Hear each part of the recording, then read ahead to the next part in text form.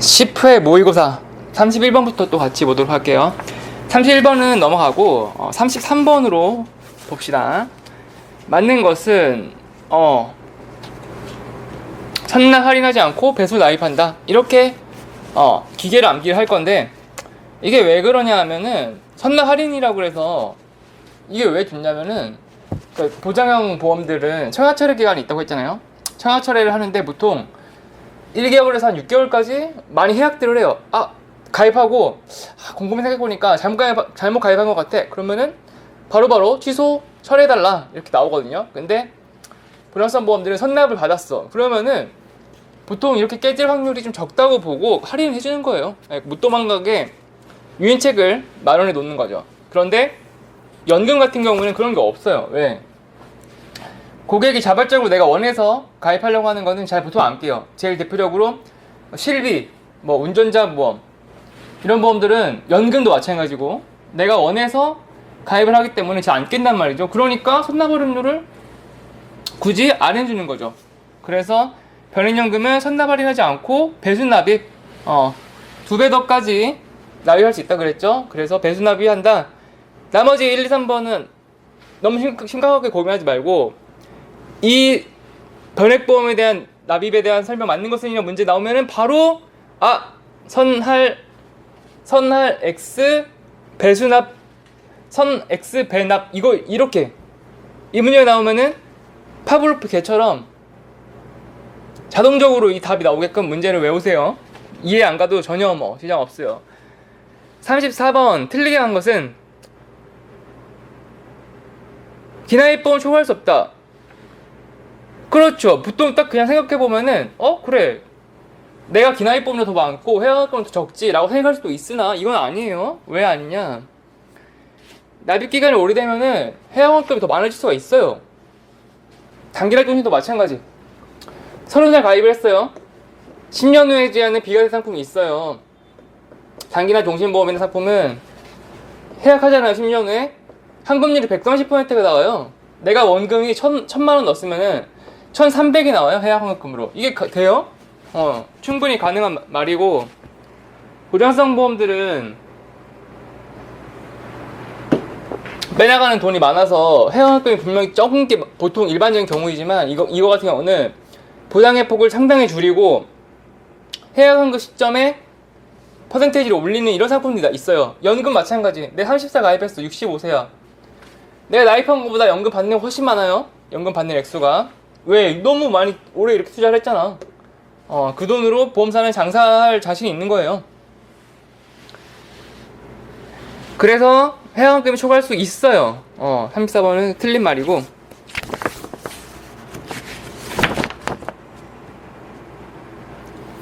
35번 14일 그리고 2일 이거를 앞에서 이거를 설명했는지 좀 가물가물하네요. 제가 원래 생보랑 손보 시간에는 얘기를 한 게 확실한데 여기서는 얘기를 했나 싶어요. 이게 뭐냐면 이거는 생손보에서는 굉장히 중요한 개념이거든요. 변액에서는 조금 중요도가 떨어져서 다발적으로 출제되진 않았는데, 문제가 실효라는 거예요. 한번 봅시다. 재미삼아. 여러분들도 보험 설계사 하시니까 실제 그런 일이 있었어요. 고객한테 제가 일을 하고 있는데 거기 전화가 온 거예요. 보험금을 못 받았대.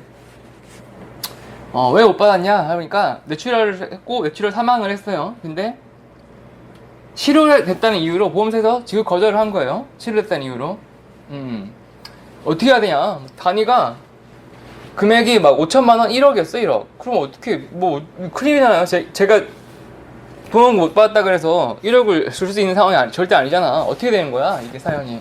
자, 예전에 제가 삽재로 선생님 얘기를 해서 이렇게 대입을 해서 설명하면 굉장히 이해가 편하거든요. 자, 예전에 그 1태 강사, 수학 1태 강사 중에 삽자루라고 우영철 선생님일 거예요. 이제 고인이 되셨는데 이분이 59세인가? 아마 이렇게 사망을 했어요. 뇌출혈로. 59세?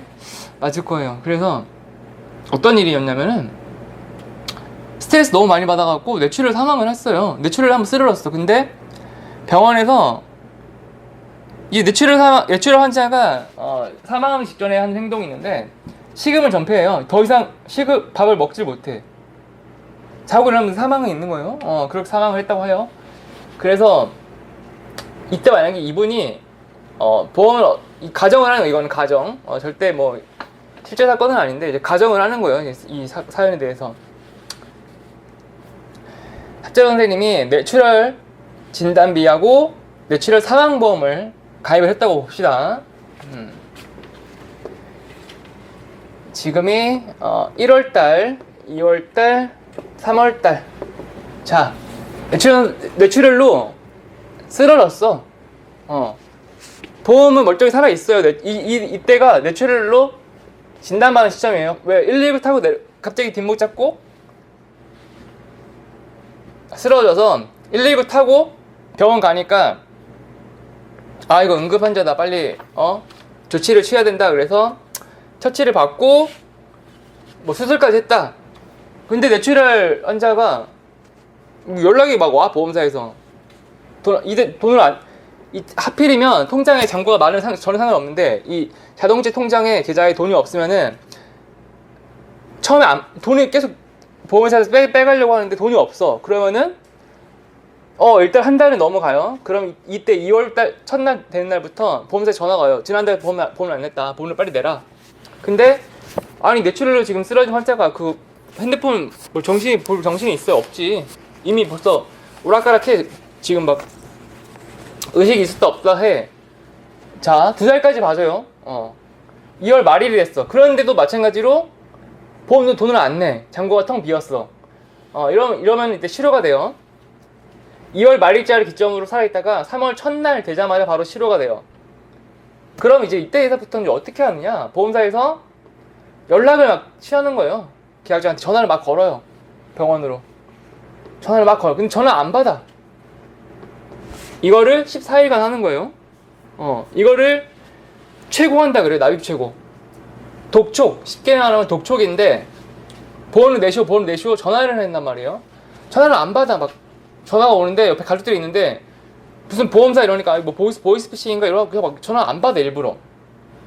14일이 지났어요. 이제 전화 너무 안 받아. 그럼 어떻게 되느냐? 우편을 뭐 등기 우편. 당신의 보험이 곧 실효될 예정이다. 등기가 가. 근데 등기를 받아야 되는데 갈 때마다 본인이 뭐 정신이 없잖아. 쓰러져 있고 가족들은 외출하고 아무도 없어. 유가족이. 그럼 또 간호사가 대신 못 받는데 못 전달해 주겠대. 어떻게? 우편이랑 배달이 안 돼. 이 상태에서 사망을 한 거예요. 그러면 이제 어떻게 됐냐? 3월 되는 시점부터는 실효 상태예요. 실효 상태. 3월 달에 만약에 합재 선생님이 사망을 했다. 그러면은 10원 한 장 안 나와요, 돈이. 이분이 뇌출혈로 진단비를 5천만 원 가입했고 질병 사망, 이게 질병 사망이거든요. 질병 사망 1억 있잖아요. 뇌출혈 진단비는 5천만 원은 이 계약이 살아있을 때 진단 받은 거니까 나가요. 질병 1억은 안 나가요. 이렇게 되면. 왜? 실효 상태니까. 이게 실효예요, 이게 실효. 이러면은 이 1억 어떻게 하나요? 못 받아요, 못 받아. 실효당한 실효. 사망 시점에. 제가 말한, 이렇게 된 거예요, 이렇게 된 거. 제가 방금 말한 고객이 이렇게 된 거예요. 1억을 못 받는다니까? 1억 날라간 거예요, 그냥. 공중에. 35번. 나입하여 보험을 연체 중인 경우, 이 연체 중이라고 하는 거예요, 이거를. 지금 한 달 안 냈어요. 연체됐다고 표현하는 거예요. 연체 중인 경우 회사는 14일 이상 기간을 최고로 하고 그 마지막 날이 영업일이 아닐 때는 최고 기간에 2길로 한다. 그러니까 이게 14일이라는 이 숫자가 왜 이렇게 중요하냐면은 14일이냐, 뭐 15일이냐, 뭐 이날이 공휴일이냐, 아니면은 뭐 휴일이냐, 토요일이냐, 일요일이냐, 이거에 따라서 법적 분쟁이 일어나요. 이러고 가만히 있겠어요? 유가족들이? 나 전화 못 받았다. 이건 보험사 책임이다. 1억 내놔라. 소송 걸죠. 변호사 몇백만 원 쓰고 1억 받아야 내야지. 그럼 어떻게 되느냐? 이제 법정 판정이 나오는 거예요. 법적 해석이. 14일이고 그 납입기간이 마지막 영업일이 만약에 이 14일이 토요일이야. 그러면은 그 다음날로 보는 거예요. 월요일날 실효된 것으로. 그러니까 월요일날을 치기 때문에 이 길이라는 표현이 나와야 되는 거예요. 납입 캐고 기간을. 그러면은 자, 이 사태에서 이제 정답은 찾았어. 그럼 이 사태에서 여러분 너무 고객이 불리하잖아. 왜냐면은 등기나 이거 뭐 계속 아니 환자가 쓰러져 있는데 이거 받을 수 없잖아. 그러면은 너무 불리한 거 아니냐? 불리해요 고객이. 그럼 어떻게 되느냐? 보험사가 전화를 하면은 전화를 받았어. 그러면은 원래 원칙은 만약에 가족이 받았어, 자녀가 받아서 보험사에서 돈이 안 나오고 있어요. 이거 좀 넣어주셔야 돼요. 보장 못 받아요. 전화를 했어. 그래서 자녀가 그런가요 하고 보험을 냈으면 문제가 없잖아. 냈으면 받았지. 보험을 냈으면 살리거든. 이건 안 살렸기 때문에 이렇게 문제가 되는데, 예를 들어 자녀가 보험을 전화 받고 살렸으면 문제가 안 돼. 근데 이거를 전화를 받았는데 돈 내세요 하고 보험이 그게 뭐죠? 보험이 가입 언제 했었나 하고 너무 바빠갖고 그냥 흘려들었어. 네 알겠습니다 하고 대충 넘겼어. 근데 콜센터 전화가 녹취가 나왔잖아요. 자녀랑 통화를 했다는 그 기록이. 보험사에서는 실효 전화를 걸었고 전화는 받아서 알겠습니다 하고 대충 끊었어. 근데 돈을 안 넣고 실효됐어. 그러면은 무조건 패소해요 고객이. 이 상태 이걸로 소송을 가면은 보험사에서 녹취록을 갖고 있기 때문에 고객은 무조건 패소를 하게 돼 있어요. 그러면은 거기 너가 잘못이네. 네가 그때 돈 제대로 냈으면 이거 살렸을 텐데 1억 받았을 텐데 네가 돈 안 냈잖아 보험료. 그러면 고객이 무조건 패소. 그럼 이때 어떻게 해야 되느냐? 고객이 일부러 피해. 그러면은 등기도 막 일부러 피해. 그러면은 나 전화 못 받았다. 그러면 보험사가 패소할 수밖에 없잖아요. 왜냐? 아니 보험사에서 책임을 다 했어야지. 왜 고객한테 적극적으로 더 알렸어야지. 왜 더 적극적으로 알리지 않았냐? 이렇게 되잖아요. 그럼 몰랐다. 그럼 고객의 유가족의 편을 들어줄 수도 있죠. 이 상황에서. 왜냐면은 전화도 못 받았고 등기를 못 받았으니까. 그러면 어떻게 하느냐? 보험사에서 너무 황당하잖아. 이거는 고의로 회피를 한 것 같은데, 그러면은 자녀가 일부러 안 받고 등기 오면 막 도망쳐버리고 그러면은 이거 받을 수 있는 거 아니냐 이렇게 돼버리잖아요. 역전이 되는 상황이. 몰랐다는 이유 하나로 줘야 되는 상황이 된 거잖아. 그럼 어떻게 하느냐? 분쟁이 발생을 하니까 이거를 이 한 달간 봐요. 한 달. 이 납부 최고 기간을 14일간 하고 15일, 16일 계속 하긴 하거든요. 근데 이거를 이 3월 한 달간 했잖아요. 그러면은 보험사 책임을 다 한 것으로 봐요. 한 달간 등기를 보낸 우체국 기록도 있고 전화를 했던 기록도 있고 또 병원으로까지 전화를 했던 기록이 있어. 최선을 다해서 보험사. 그럼 이거 면책돼요. 보험사는 최선을 다했네. 그거를 한 달 했으면은 3월 마지막 기준으로 해서 4월이 되잖아요. 그러면 이제 더 이상 안 해도 돼요. 보험사의 책임은 묻지 않아요. 그 정도 했으면.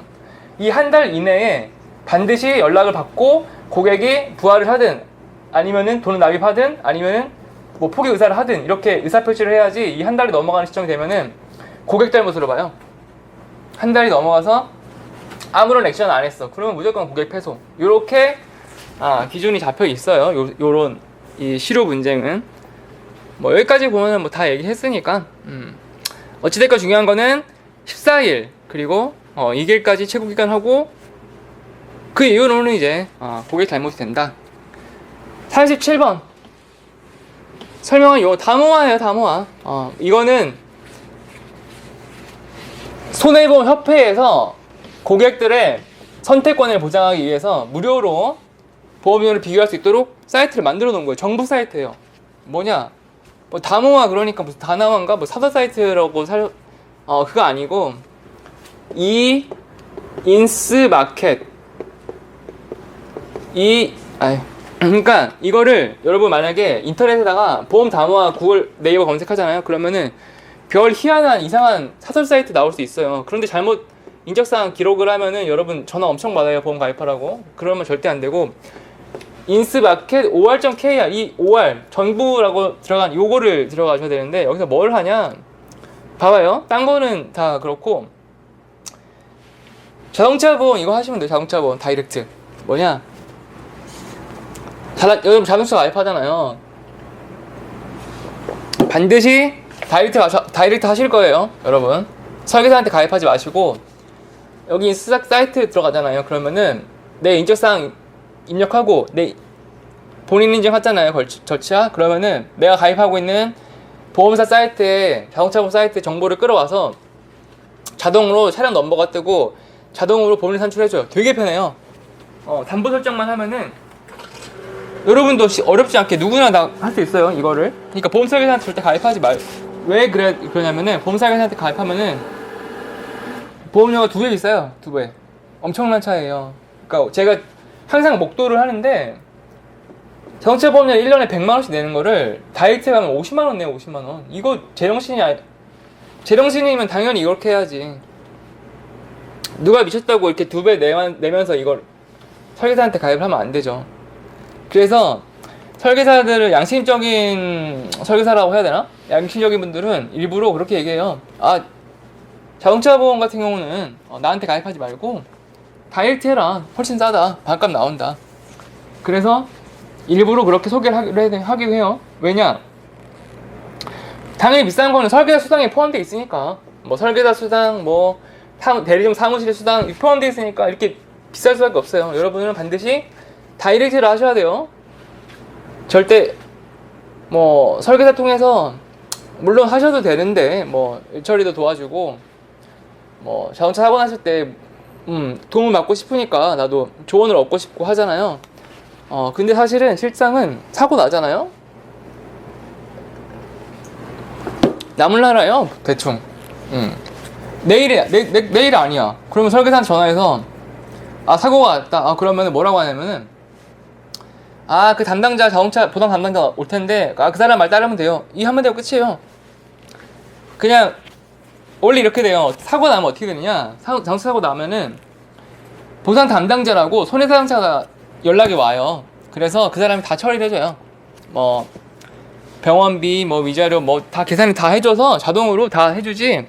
설계사가 해줄 수 있는 건 아무것도 없죠. 뭐 조언 같은 걸 해줄 수 있겠지. 뭐 꾀병 부려라, 뭐 돈 더 뜯어내라, 뭐 그거밖에 안 받냐, 뭐. 근데 그런 상담 자체도 사실은 불법이에요. 그거는 법적 분쟁이 있는 사유들은 변호사들을 통해서 상담을 해야지. 뭐 설계사가 그렇게 법적 소송이 붙었어. 만약에 예를 들어 다툼이 생겼어. 민사 사건이 생겼어. 그러면은 설계사가 해줄 수 있는 건 아무것도 없고 사실상 보험사의 입장과 우리의 입장 대변하는 건 변호사밖에 없어요.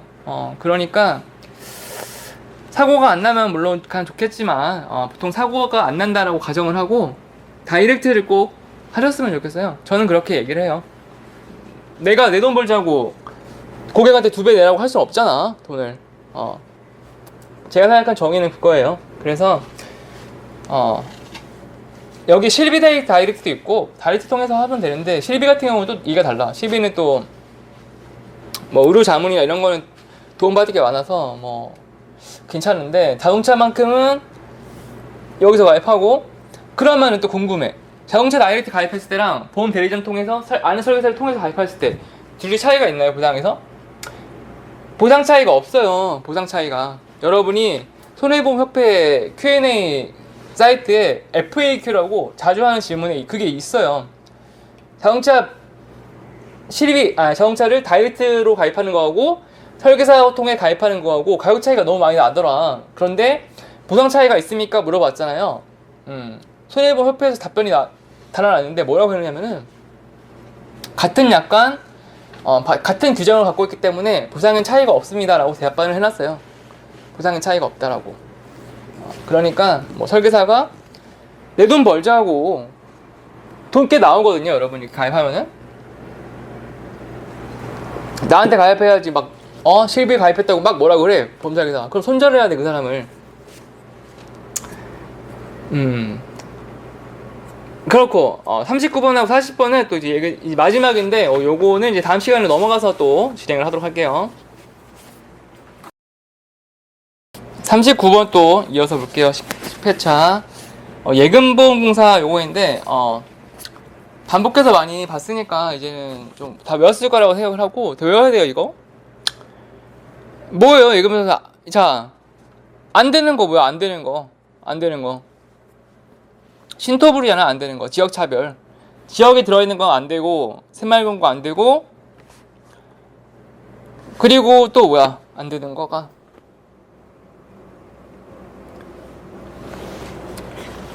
39번 해설 보면은 지역조합, 농수협의 지역조합, 신협협동조합, 신협 그러니까 지역조합, 신협, 새마을금고 얘네들이 많은데 예금보고서 아니에요. 많죠. 근데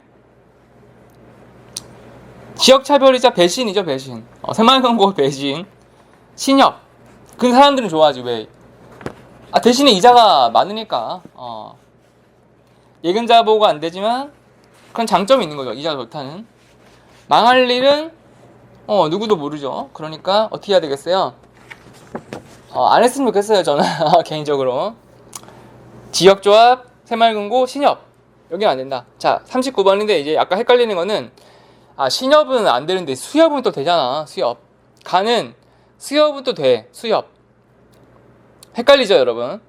농수협이 두 가지 종류가 있어요. 농수협이 진짜 그냥 농수협 은행이 있고 지역조합이라는 게 있어요. 이건 은행이 아니에요. 농수협은 돼요. 농수협. 이 농협하고 농수협. 이거는 은행이에요. 농수협은 은행. 이거는 예금자 보호가 돼요. 반대로 농수협 지역조합이라는 게 있어요. 지역조합. 이거는 예금자 보호가 안 돼요. 어떻게 구분을 하느냐? 네이버 지도에 검색을 하잖아요. 그러면은 이 은행이라는 마크가 있어요. 그러니까 예를 들어 이거는 실제로 이런 명이 있어요. 뭐냐? 네이버 지도에 NH 농협은행 압구정역 지점. 이거는 은행이에요. NH 농협 은행. 여기는 은행이라는 단어가 들어가요. 은행 압구정역 지점. 실제로 이거 있어요. 네이버에. 이 지도. 이거 실제 존재하는 은행이에요. 반대로 이거는 농협은행이에요. 은행. 예금자보고 돼. 농협은행. 반대로 뭐가 있느냐? 영동 농협. 영동 농협 압구정 로데오 지유점. 이거는 조합이에요. 지역조합. 이거는 은행이란 말은 없어요. 여러분이 농협 가다가 간판 봐보세요. 그러면은 누구는 농협 은행 써있고 누구는 농협이라고 하고 은행이 없어. 이러면 이거는 지역조합이에요. 예금자보고 안 돼. 이 상품은. 실제로 이렇게 네이버 지도 치면은 나와요. 이게. 그래서 잘 찾아서 가야 되는데 뭐 쉽잖아. 구별은. 은행에 들어가면 은행에 써있는 거 찾아가면 되지. 이렇게 구별을 해주시고 이 39번에서 그래 수협은 되고 농협지역 나는 안 돼. 나는 다 틀렸어. 그러면은 이제 2번 3번 싸움이잖아요. 나가 X니까. 그러면은 이제 가다라고 가다라마 투자매매랑 생보는 자동으로 들어가고 이제 상호유축은 이 요게 이제 되냐 안 되냐 이걸로 이제 이게 이제 감사 상호유축은행이 이게 됐었나 헷갈리잖아요. 이게 은행에 써있잖아. 은행 된다니까. 상호유축 은행이잖아요. 은행 돼요. 은행. 그러니까 상호유축은행도 된다 이렇게 가야 돼요. 근데 상호유축은행은 왜 좀 뭔가 좀 쎄하냐? 예전에 이것 때문에 그래. 2011년 상호저축 사태라는 게 있어요. 상호저축 사태. 2011년도에 상호저축은행 사태. 예를 들어 부산저축은행이야. 먹튀 사태. 이게 뭔 말이냐? 2011년이면 한참 이제 서브프라임 이후로 금융위기가 도래했던 이 불안정한 시대에 저축은행이 뱅크런 사태가 일어나서 파산을 했어요. 뭐냐? 이 저축은행들이 이자가 높으니까 예를 들어 설명하는 거 설명하는 거나 수협처럼 걔네들은 좀 양반이야. 근데 부산이나 대구 이렇게 지방에 내려가면은 이런 지역들이 많았어요. 이런 지역 은행들이. 그래서 이제 이자가 높다고 하니까 한 0.1% 올라. 그럼 막 다시 쏠러 가는 거야, 일로. 그래서 어르신들이 평생 모은 돈인데 웃자노 막 이렇게 기사가 나왔어요. 평생 모은 돈인데 다 날렸다. 내 자녀 결혼 자금을 몽땅 다 날렸다. 내 전 재산 다 날렸다. 이렇게 얘기가 막 나왔는데 뭐냐면은 이 부산저축은행이 대출을 해주는데 막 분식회 계산한 거예요. 내 사이즈보다 실제 내 지금 여력이 그렇게 되지 않은데 부산저축은행이 분식회계를 통해서 훨씬 더 건실한 회사인 것처럼 꼭 속여서 대출을 막 남발해 준 거예요. 건설사 막 대출해주고 막 해외 대출을 막 해줬어요. 왜냐 고리대금 받을 수 있잖아. 근데 문제는 뭐냐? 이 대출을 회수를 해야 되는데 막 건설사가 파산을 하고 해외 기업들이 막 파산을 해. 그러면은 이게 제대로 회수가 안 되는 거야 돈이. 그래서 뭐 회생 절차를 밟아야 되고 뭐 나라에서도 이제 구제금융 신청을 해야 되고 뭐 이렇게 상황이 안 좋아졌다는 게 소문이 난 거야. 소문이 이 지역에. 그러니까 이 부산저축은행의 예금자들이 일시에 쫙 몰려가 나가는 거예요. 내 예금 돌려줘. 일시에. 그럼 어떻게 돼요? 대기표가 막 수천 표가 나와서 번호표 뽑잖아요. 그럼 막 1000명, 2000명 막 대기가 막 줄을 막 운동장 줄 서듯이 막 줄을 엄청 서는 거야. 막 며칠째. 뱅크런. 돈 출금해달라. 어떻게 돼요? 저축은행에서 돈을 막 예금자를 다 줘. 뱅크런. 일시에 다 주는데 돈이 없잖아 은행에. 어떻게 해? 파산. 저축은행이 파산 탓해요. 이렇게 되면 어떻게 되느냐? 돈 다 날렸어요. 내 평생 모은 돈 다 날렸다. 다 날라갔어요. 그런데도 최후의 보루가 있었죠. 예금자 보호. 나라에서 이때 이제 등장하는 거 예금보험공사가 예금보험공사 나타나서 1인당 5천만 원씩까지 다 줬어요. 그래서 그나마 좀 물론 5천만 원 이상인 분들은 어떻게 되냐? 다 날라갔다니까. 5천만 원 이상 막 1억 넣었어. 다 날라갔어. 1억 중에 5천만 원 건졌고 5천만 원은 공중에 날라갔죠. 없어졌어. 파산했으니까. 해결이 안 돼. 해결이. 나라에서 뭐 다 해달라고? 안 되지. 절대로. 그게 평생 모은 돈을 일시에 다 날리게 만들었던 저축은행이고 40번을 또 이제 이어서 보면은 예금자본 상품에 해당하는 것은 여러분 변액시험이죠? 변액시험 3번이 정답이에요. 너무 쉽잖아. 변액시험이야 지금 여러분이 하는 거. 이거 무슨 시험이야? 변액시험. 변액보험 최저보험금 이게 정답이네. 예금자보 되는 거. 1번 보증보험계약은 뭐냐? 3번하고 전혀 다른 성격이에요. 1번 3번은 1번의 보증 이거는 막말로 그거예요. 예전에 보증서 줬다가 파산했다 망했다 이렇게 하는 거. 남의 친구가 동창회 사업을 해. 보증서 서달래. 연대보증 보증서 썼어. 근데 친구가 먹튀해서 도망갔어. 돈 빌려놓고 안 갚고 도망갔어. 연락도 잊어졌어. 해외 출국해버려서. 어떻게 연대보증 썼던 나한테 오잖아요. 빚보증이. 그 사람 1억 빌려갔는데요. 당신이 대신 갚아줘야겠는데요. 나한테 1억이 오잖아. 돈 갚으라고. 그런 거를 방지하기 위한 보증보험이라는 게 있는데 비슷한 게 있어요. 설계사들 상대로 하는 것도 있고. 그 보증보험은 예금자 보험 이거는 보증 이거는 아니에요. 근데 3번의 최저보증은 뭐예요? 변액보험 보험상품은 보통 된다라고 보면 돼요. 보험상품은 웬만하면 돼요. 내가 받을 사망보험금 내가 받을 연금 예금자 보험 돼요. 안 되는 거는 뭐 해약환급금 이런 건 잘 안 돼. 근데 웬만하면 된다라고 보고 뭐 예외 케이스들이 있는데 뭐 법인보험 계약, 뭐 재보험 계약 이건 안 돼. 근데 최저보증이잖아요. 이거는 뭐예요? 사망했을 때 내가 1000만 원을 무조건 받아야 돼. 이거는 예금자 보호가 돼요. 보험사가 파산해도. 예금보험공사 나온다니까 또. 출동해요. 예금보험공사. 나라에서 운영하는 국가기관이잖아요. 예금보험공사가. 예금보험공사가 왜 존재를 해요? 평소에 이런 사태를 대비를 해서 이 저축은행 사태 같은 걸로 대비를 해서 평소에 돈을 많이 쌓아놓는 거잖아요. 그러니까 여러분들이 믿어야 될 거는 국가를 믿어야지. 나는 그런 사람들이 있어요. 나라가 막 뭘 해줬냐 나한테 뭐 나라가 해주는 게 뭐냐 막 그러면서 막 세금만 뜯어가고 나한테 해주는 것도 없고 도저히 나라를 못 믿는 사람도 있어요. 근데 그렇게 하면 안 돼요. 믿어야 될 게 국가뿐인데 어떻게 해. 나라에서 다 여러분 어때요? 예전에 그런 사건이 있었잖아요.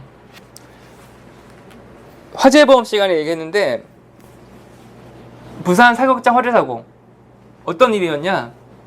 엄청 오래된 얘기예요. 2000년대 초반.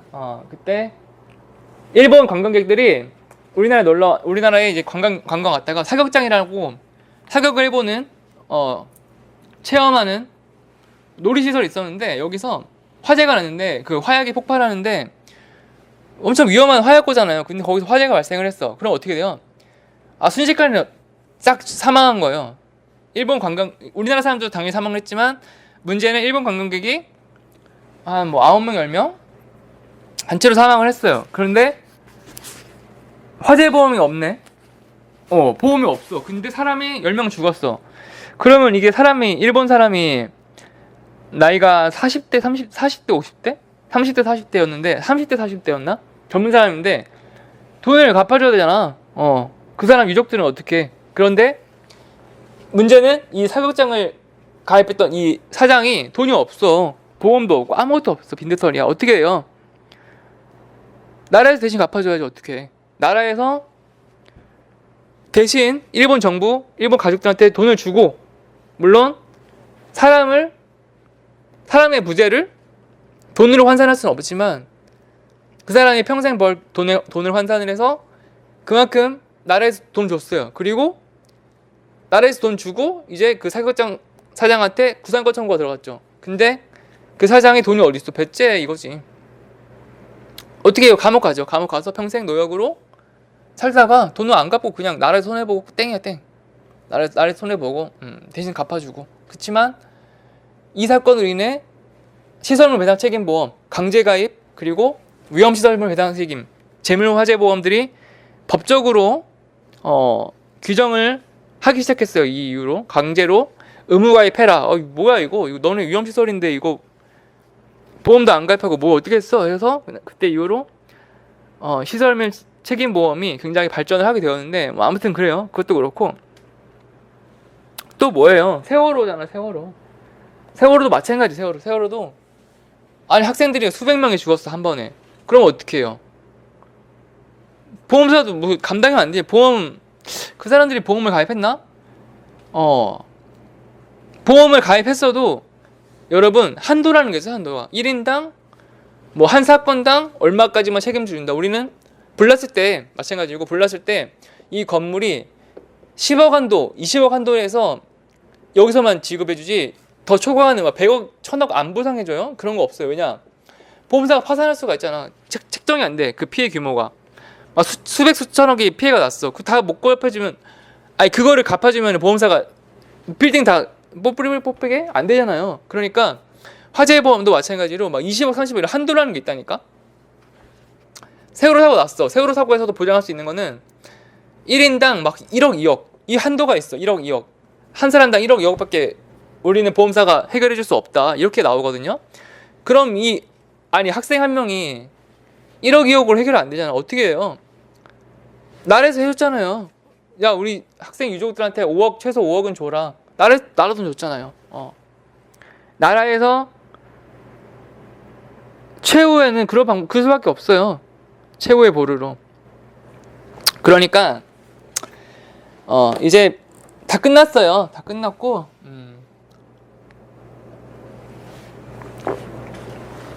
이 변액 시험도 다 끝났고 생보, 손보 변액 다 끝났어요. 이제 제가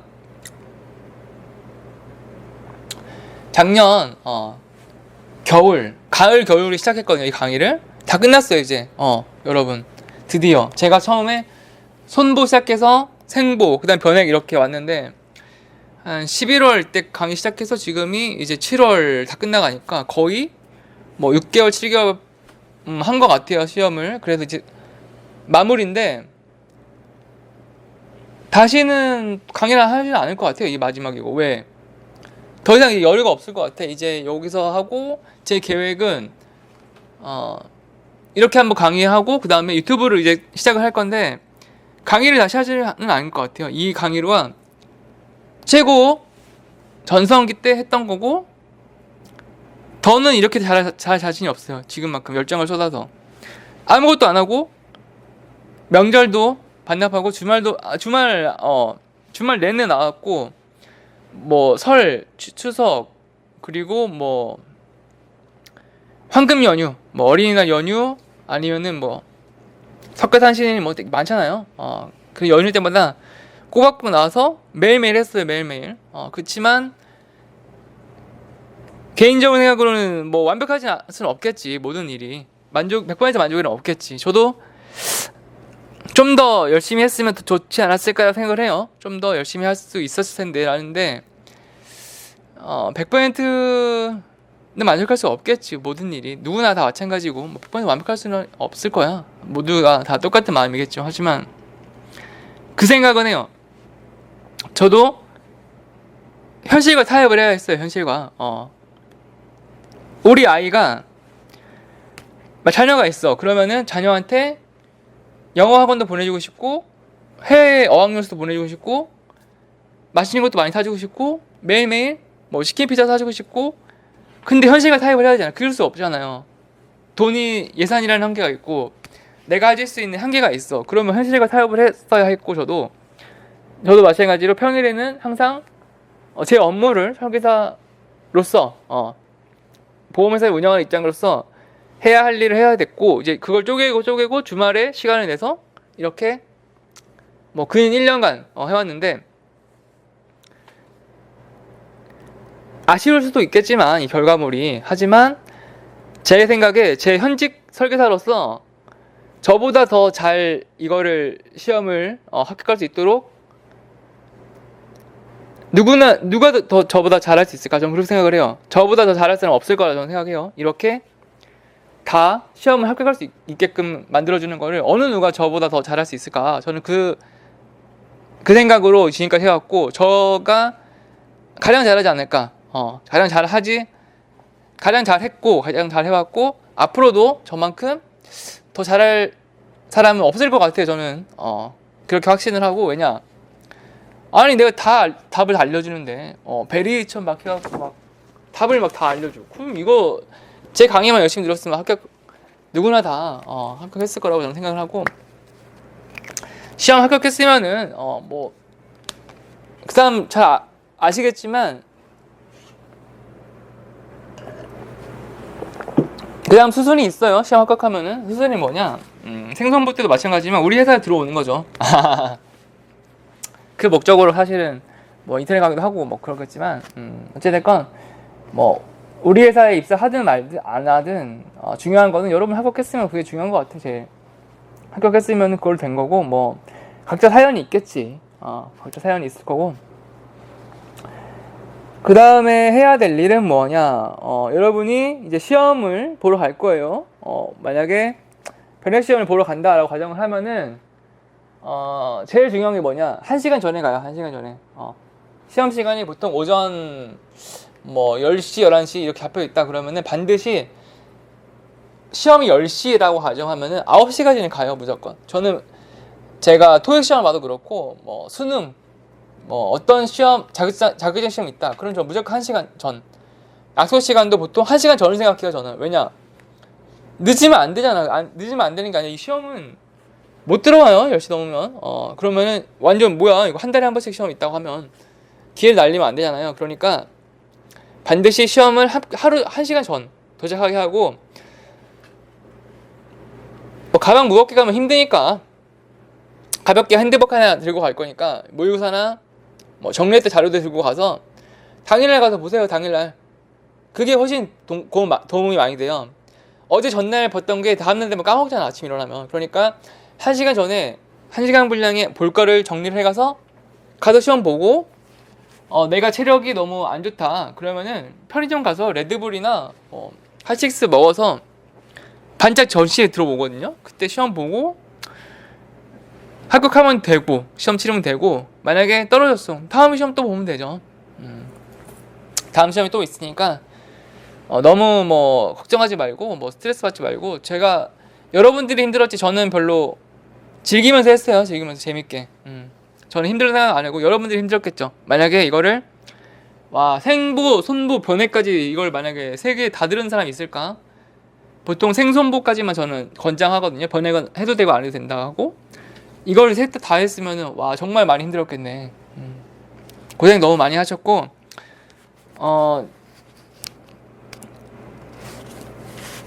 합격했으면은 그것으로 된 거예요. 합격했으면은 저는 끝이 아니지. 이게 지금 마지막 인사가 아니에요, 여러분. 유튜브를 봐주셔야 되네요, 여러분. 제가 앞으로 보험 컨텐츠나 제 계획은 보험만 뿐만 아니라 다 얘기하고 싶어요. 제가 갖고 있는 이 주관을 정치, 경제, 사회부나 모든 분야에 대해서 자유롭게 얘기를 하고 싶어요. 유튜브를 통해서. 그러니까 여러분들 많이 유튜브를 봐주세요. 앞으로 해야 될 일은 다 끝났다 하고 이제 빠이빠이 하는 게 아니라 계속 봐야지. 제가 수능 시험 볼 때도 너무 좋았던 것 같아. 그 강사를 1타 강사들이 하는 말이나 생각이나 이분들은 똑똑해요. 똑똑해. 그래서 이 사람들이 가진 생각을 많이 존경하고 본받고 싶었고 많이 배우고 싶었어요. 그래서 그렇게 똑똑한 사람들을 많이 찾아다니세요. 그리고 사람이 변하는 거는 좋은 사람들을 많이 만나면 변해요. 사람이. 저는 저보다 훨씬 똑똑하고 좋은 사람을 많이 만나면서 저도 변했거든요. 사람이 변한다니까요. 이렇게 좋은 사람들을 많이 알게 되면은 아무튼 그래요. 그리고 이제 시험 잘 보고 오시고 너무 고생 많이 하셨고 지금까지 시청을 많이 해주시고 많이 청취해주시고 많이 사랑해주셔서 정말 감사했고 유튜브를 통해서 또 계속 보는 걸로 하겠습니다. 네, 고생 많이 하셨습니다.